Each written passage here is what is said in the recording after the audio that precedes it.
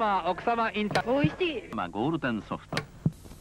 汚れにザブがある。8家庭電気クレジットショッピングのお知らせでした。8家庭電気。 1, 2, 3.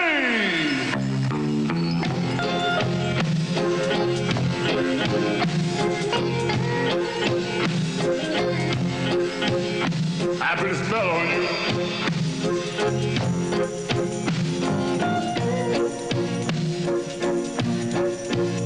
Because you're mine.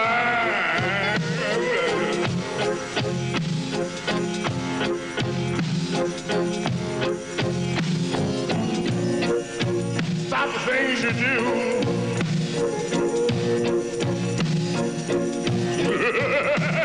What else?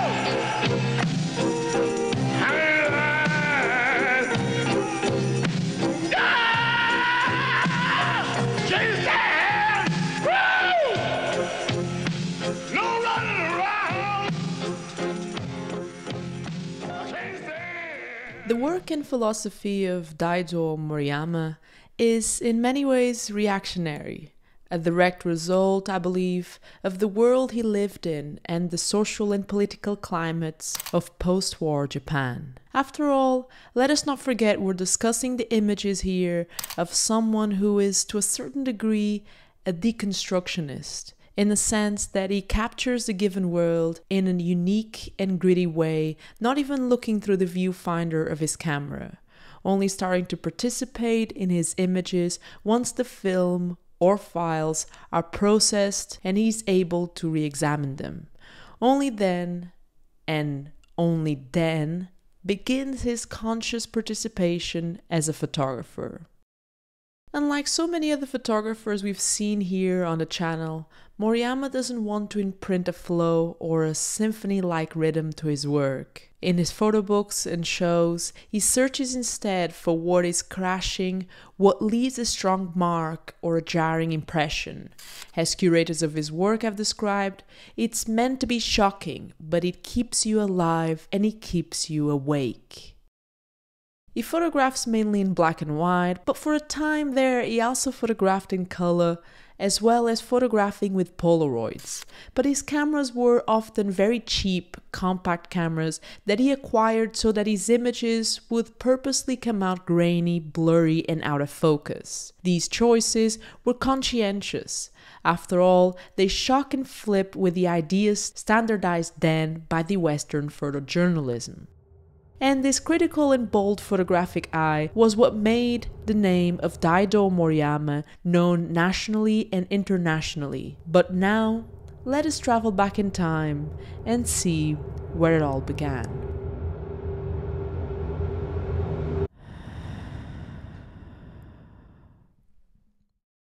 Moriyama was a witness to the horrors of war and to the devastating consequences it had for Japan and its people.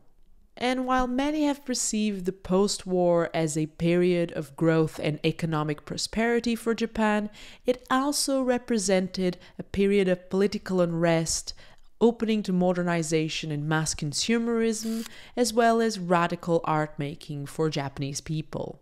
And Moriyama chose with his camera to expose a different side of his native land that was only known to few, creating therefore an extensive, eclectic, and in my opinion, profound body of work. And in an almost like Dadaist fashion, artists in post-war Japan during the 50s and 60s, in particular those connected with the visual art world, were somewhat tied to the avant-garde way of thinking.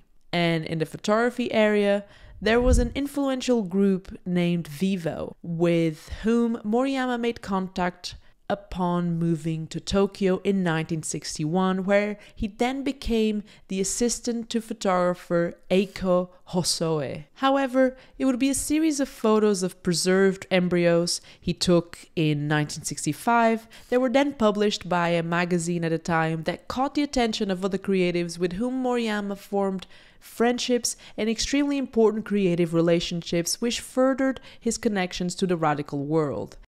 And pairing with this, In 1968, he published the first of what would be the total number of 100 photo books throughout his career, and this one was titled Japan, a Photo Theater, in which he captures, quote, the excitement, tension, anxiety and rage of urban life during this critical historical juncture. These images didn't discriminate subjects and had characteristics of the style of imagery Moriyama would come to be known for: gritty, grainy, and in dizzying succession. Streetscapes, blurred faces, nightlife, it was a question of casting a light in the ugly splendor of the everyday life.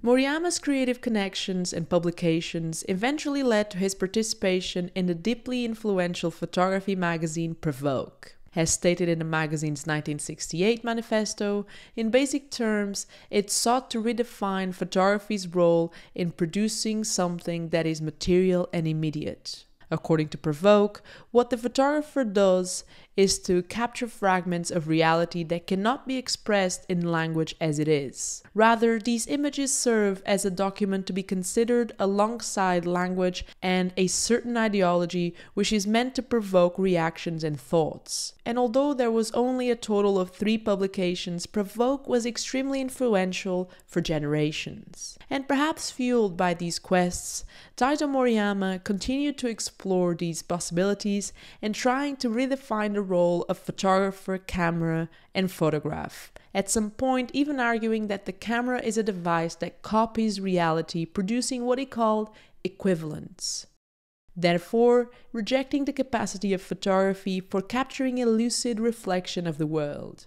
And this, of course, materialized itself in more provocative and radical imagery that dominated his publications in the 70s, particularly 2 titles: Hunter and Farewell to Photography. Moriyama, according to sources, inspired by On the Road, written by Jack Kerouac, borrowed a friend's car and embarked on a road trip across Japan, capturing along the way anything that he found interesting. Many of these images were captured on the road as the photographer drove past them, and we can see this because they were blurry, out of focus, and on many occasions they're captured from strange and different angles. And in what was then becoming traditional for his publications, this book, which was then titled Hunter, presented no particular line or narrative arc or resolution. It imposed, in fact, a rather cold and detached perspective of things, nevertheless full of tension and power. This book contains some of the photographer's most popular images, including Stray Dog, a gritty image of a growling stray dog turning its gaze towards the camera. Following this, and still within the same year of 1972, he published Farewell to Photography, and this has been considered one of the most important and influential photo books of the 70s. In it, Moriyama takes a completely different approach to photography. Instead of focusing on the medium's capacity to retain subjects like we normally would think of photography, photography itself and its own nature become the subject. And the photographs highlight the nature of the photographic process, featuring edges of film, dust, light leaks, holes, brand names, you name it. And once again, this serves as a reference to the need to redefine the role of photography, photographer, and the photograph itself. And perhaps helping to establish the cult-like status of this book was the fact that the photographer, following the book's publication, set the original negatives on fire. And it's perhaps estimated that only 50 of the original negatives have survived. And while the rest of the decade would bring his name into the mouths of the world, particularly with the inclusion of his work in the new Japanese photography exhibition at MoMA in 1974, this was also a decade that marked the waning down of his work, as After Farewell to Photography, the artist entered a period of silence which lasted until 1981, where he returned to publish Light and Shadow, a book that focuses on the relationship between these two elements of photography, exploring harsh contrasts in black and white and marking the return of the photographer to a more traditional representation of subjects. However, throughout all of this, Moriyama actually led a successful commercial career, and he would continue to dedicate himself to commercial and artistic projects for the decades to come, both nationally and internationally, with a more clear focus not so much in capturing or in any way representing the different social aspects of Japan, but rather having a firmer engagement with the capacity of photography and the photographer in reproducing reality, however fragmented that might appear to be through his eyes.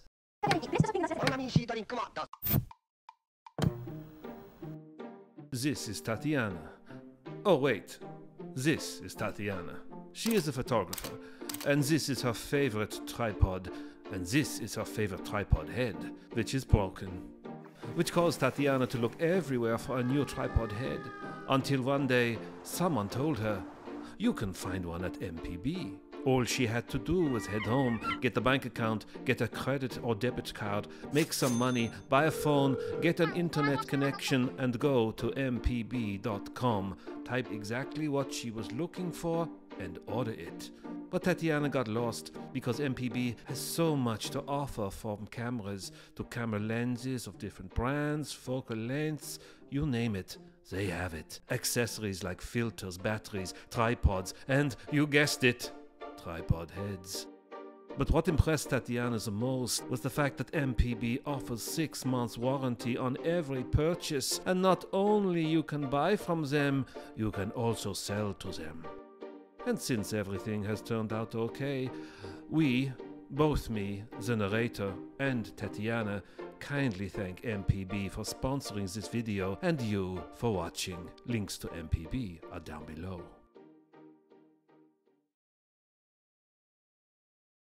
According to different sources, curators, the photographer himself, he doesn't actually capture images looking through the viewfinder, because in a way he's able to separate himself from the deliberate cropping produced by the viewfinder.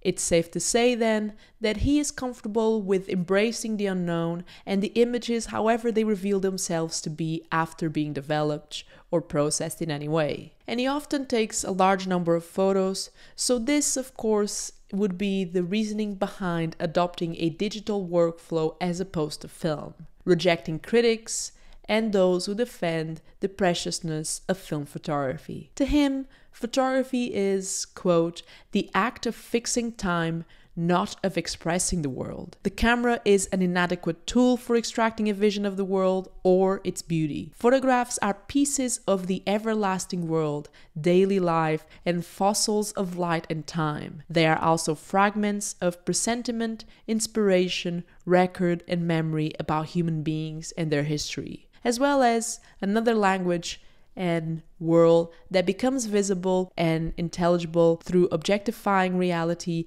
by means of cameras. They show us beauty and tenderness, and also ugliness and cruelty now and then, not as the answer, but always as a new question.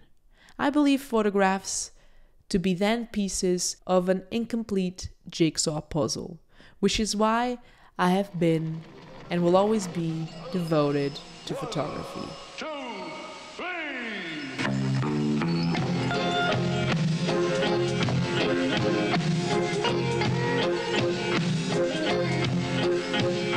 I put a spell on you.